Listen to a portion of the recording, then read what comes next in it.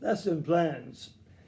Lesson plans are vital to teacher success and teacher excellence.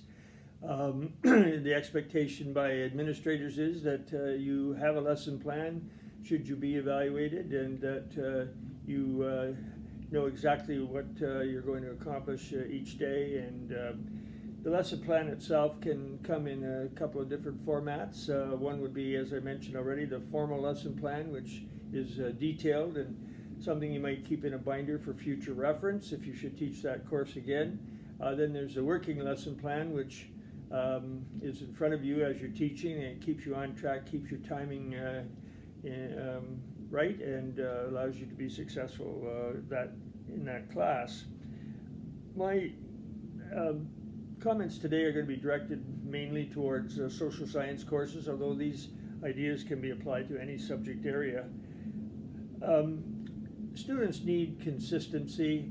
They need to have a routine, and they need to be able to know exactly what your expectations are. At the same time, they also need to have change, they need to have challenges, and you can build both into a lesson plan, and I'll show you how to do that as we go along here. Lesson plans, for me, have, in terms of consistency, a beginning, a middle, and an end. And this allows the teacher to focus on timing to address each of those components.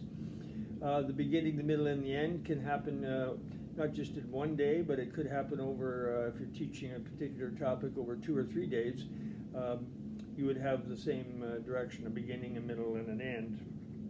I will mention in next videos how you can introduce lessons and how important the beginnings are, and then I'll also look at creativity later, and that certainly has a place in the middle of a lesson, and that's where you're having the students exposed to a variety of approaches, a variety of methodology, trying not to keep them bored, and keep them interested in what you're doing.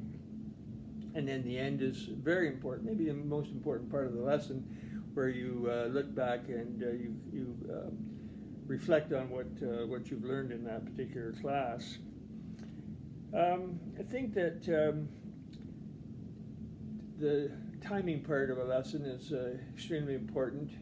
In very, very loose and general terms, you might consider the first 5-10 minutes your introduction, and then the middle would go towards the last 10 minutes, where you reserve that 10 minutes at the end for reflection on, as I said, what has been learned.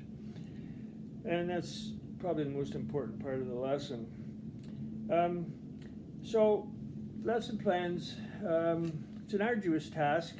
It's not something that teachers necessarily like to do, but you have to do it on a daily basis.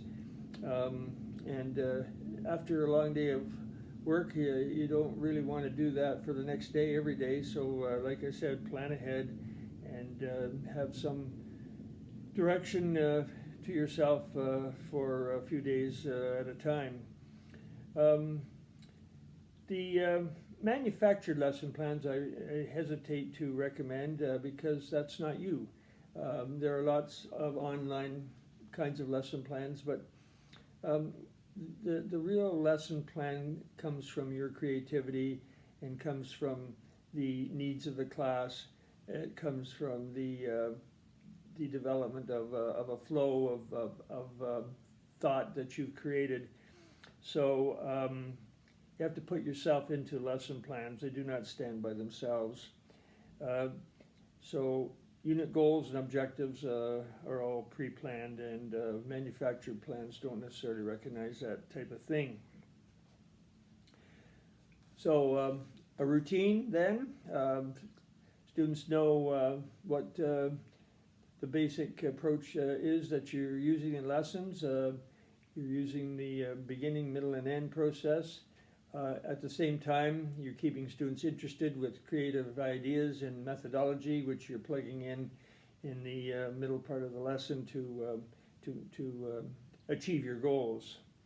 So be prepared, and preparation for successful teaching involves lesson plans, and that's part of the teacher's job, and you get better at it as time goes on, and you understand how that works in a positive way. So next video, we're going to look at the very beginning of lessons. I call it the hook.